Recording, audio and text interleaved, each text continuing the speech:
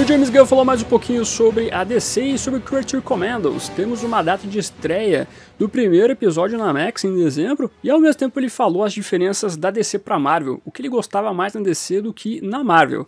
E isso é interessante, os aspectos colocados por ele, que serão inspiração inclusive para DC Studios. E obviamente que ele falou mais sobre Superman, alguns detalhes que teremos que ver no filme. Então, bora conversar sobre tudo isso e saber a sua opinião. Pois bem, então, meus amigos, a data de estreia do primeiro episódio de Creature Commandos, ou da Força Tarefa M, tal qual nós vimos no trailer, será no dia 5 de dezembro na Max. O próprio Gunn falou nas redes sociais que o primeiro e o segundo episódio já estão completos, bem como os episódios 3, 4 e 5 estão quase completos. Ele já assistiu todos os 7 episódios em forma animática, muitas vezes, mas ainda falta completar alguns. E uma das definições trazidas pelo Gunn envolvendo essa equipe é como se fosse os Guardiões da Galáxia, só que sem sentimentalismo. Os Guardiões são personagens bons em seus corações, e esse não é o caso. Para a construção do Frankenstein, da noiva de Frankenstein, Gunn usou o romance original de Mary Shelley para a caracterização dos dois, e não tanto a versão clássica dos filmes da Universal estrelados pelo Boris Karloff. Frankenstein é um intelectual incrivelmente bem falante, mas ainda movido por sua raiva e sua incapacidade de realmente ser um ser humano, e a incapacidade de quem ele ama não amá-lo de volta. É isso que o move. Em relação ao Jai Roboto, que vai ser vivido pelo Sean Gunn, há uma inocência nesse personagem que o Gunn não havia percebido anteriormente. Isso só foi acontecer quando o Sean entrou na sala de gravação e começou a criar esse personagem.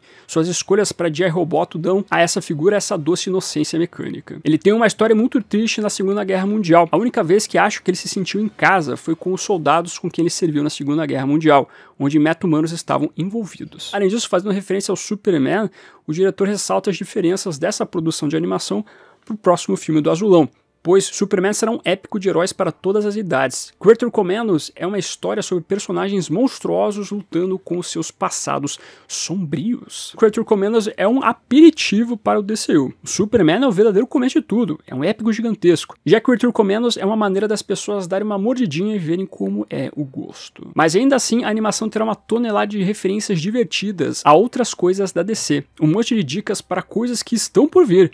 Então acho que é uma maneira extraordinariamente divertida de começar. Todas essas falas do James Gunn vieram da matéria da EW, onde ele detalhou tudo isso. Inclusive nós tivemos imagens aparecendo do Frank, da noiva do Frankenstein, do Jai Roboto, e assim vai indo. Inclusive do Jai Roboto ele apareceu lá com os seus amigos da Segunda Guerra Mundial. E o James Gunn confirmou que essa imagem traz também a Companhia Moleza. Companhia Moleza lá das histórias do Sergeant Hawk. E nós tivemos, inclusive, um rumor recente de que esse personagem vai ter um filme. Então pode ser que a primeira dica que a gente captou envolvendo o futuro da DC, já que ele destacou que terão dicas envolvendo o futuro cronológico, pode ser então essa questão do Sergeant Hawk. Nós teremos também a Cersei aparecendo, que eu acredito que não seja necessariamente só uma dica. Eu acho que ela é mais que isso. É uma das vilãs que fará diferença nessa animação. Então acho que ela pode não ser somente um easter egg ou uma dica para o futuro, mas ser algo a mais e vice-versa. Com certeza ela terá um papel fundamental lá no núcleo das Amazonas, da Mulher Maravilha. Quando saiu o trailer dessa animação, eu vi alguns comentários nas redes sociais ressaltando que isso aí parecia mais uma versão do Esquadrão Suicida, que não traria algo a mais para você construir, né? Inclusive o Esquadrão Suicida tem passado aí por um momento de desgaste forte, com filmes que foram bem, foram mal. Ao mesmo tempo nós tivemos um jogo que massacrou a equipe em vários sentidos possíveis. Então as pessoas às vezes podem pensar que nós veremos mais uma versão do Esquadrão aparecendo. O trailer ressalta um pouco isso, né? Força Tarefa M, então isso pode parecer um pouco complicado. Mas como ele traz aqui a informação, nosso querido James Gunn, aí, sobre o fato de que veremos algo sem sentimentalismo, e lembrando, todos os filmes do Esquadrão Suicida trouxeram o sentimentalismo ali, cada um ao seu modo. Ao mesmo tempo o jogo do Esquadrão Suicida fala um pouco sobre sentimentalismo, se eu não estou enganado. Mas aquela animação lá do Esquadrão Suicida do Asilo Arkham, essa não focava tanto nessa parte. O que a gente pode ver então sendo colocado nessa animação. É claro que você tem que se aprofundar nos personagens para você criar camadas neles e ao mesmo tempo eles ganharem o público, porque simplesmente colocar personagens vazios lá não vai dar certo, esse é um grande problema. Mas o Gunn é um cara bom para fazer essa construção de personagens. É só a gente ver o que ele fez com o Pacificador na série dele, né? Você construiu várias camadas ali de relações com o pai e ao mesmo tempo sobre o que era essa figura aí. Então é um cara competente para fazer isso. Se ele tira então um pouco do sentimentalismo e trabalha a monstruosidade desses personagens, realmente podemos ter algo bem legal. Mas ainda assim, com certeza você vai ter momentos que podem ter um pouco de sentimento, já que ele falou que o G.I. Robots aí é um personagem com uma história triste, que a construção dele pelo ator que vive ele também foi poderosa. Então a gente ainda vai ter algo que pena um pouco, não só para o sarcasmo, para o negócio um pouco mais direto na ação, mas sim realmente o desenvolvimento bem feito desses personagens. Agora, o diretor nessa mesma entrevista acabou fazendo uma espécie de comparação da DC Comics com a Marvel Comics. Veja só o que ele falou. O que eu sempre amei na DC Comics era que você tinha seus quadrinhos tradicionais, que sempre circulavam, as famosas mensais. Mas eles também tinham esses quadrinhos tonalmente diferentes, como Watchmen, The Dark Knight Returns, O Cavaleiro das Trevas, o All-Star Superman, o Grandes Astros, de Grant Morrison, era diferente da Marvel nesse sentido. E isso é algo que eu realmente quero manter dentro do estúdio, que cada projeto vai trazer uma visão diferente dos artistas que estão criando. Basicamente, o James Gunn está falando dos anos 80 da DC, né? Porque foi aí que começou toda essa brincadeira. Nós tivemos um período ali onde a DC estava tentando se achar nos quadrinhos, quando a Marvel surge na Era de Prata. Você tem toda a construção cronológica deles lá, que é importante. E no bojo disso, a DC depois vem com a Crise nas Infinitas Terras para fazer um único universo e reconstruir a cronologia. Mas ao mesmo tempo você vê surgir obras importantes, como por exemplo Watchmen, Cavaleiro das Trevas, aí depois teve Piada Mortal, teve Asilo Arkham, aí nós tivemos o selo Vertigo, que é muito importante nessa construção também.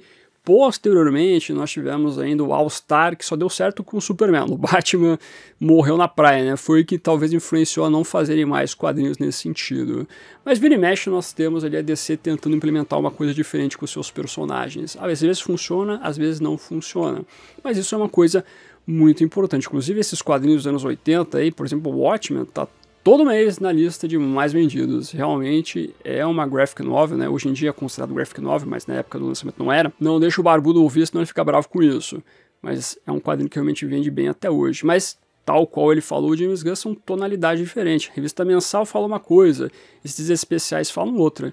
E é legal você trazer isso para DC Studios, para você trabalhar realmente de uma maneira diferente esses filmes.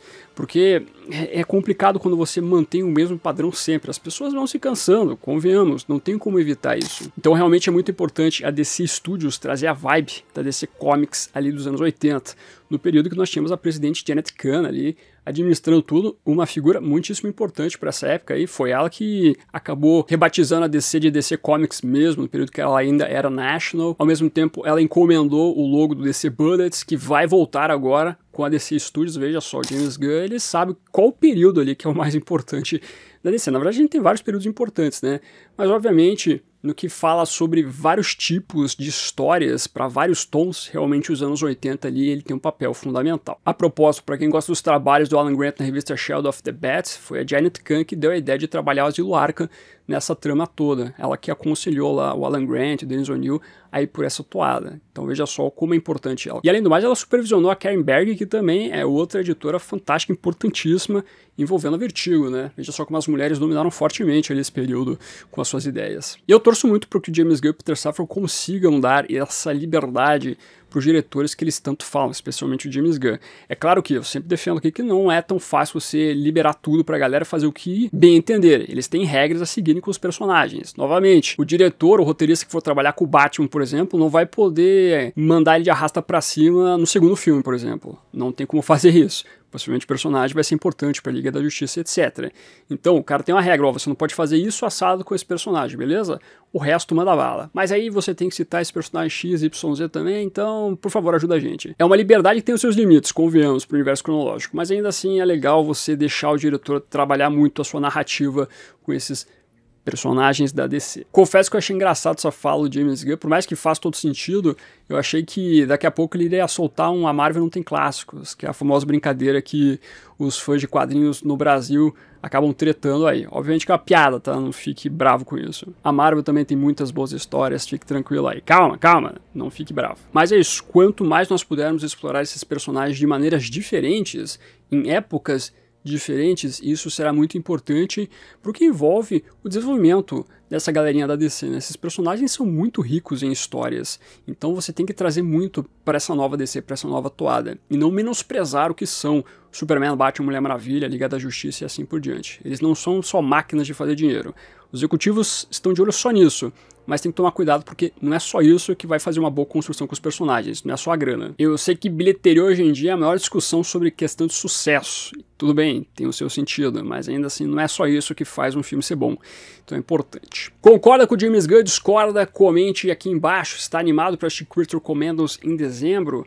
Quero saber de você. E como sempre tem um monte de vídeo aqui no canal, por isso eu vou indicar 2 para você assistir. Fiz os comentários envolvendo a Corte das Corujas no filme do Batman do Matt Reeves. Será que vai acontecer? Pois é, galera, tá cheio de burburinho nesse sentido. Também cheguei a comentar o detalhe sobre a questão do Batman ser pé no chão e assim por diante. Essa discussão tem cada vez mais aparecido. A galera não consegue largar isso. Mas veja o vídeo onde eu falei ali minhas opiniões. Ao mesmo tempo fiz a resenha da última edição mensal do Batman, do universo principal, edição número 152, finalizando o tie-in do Absolute Power. Veja lá o resumo e as minhas considerações. Agradecendo como sempre os membros do canal, o pessoal que está aqui aparecendo embaixo, meu muito obrigado por ajudar a financiar esse trabalho. Seja membro você também. Não esqueça de curtir esse vídeo, importante, se inscreva no canal se você é novo ou nova, que é o melhor lugar para você ficar muito bem informado sobre o Batman e sempre comentando a DC. E é isso, vai ficando por aqui.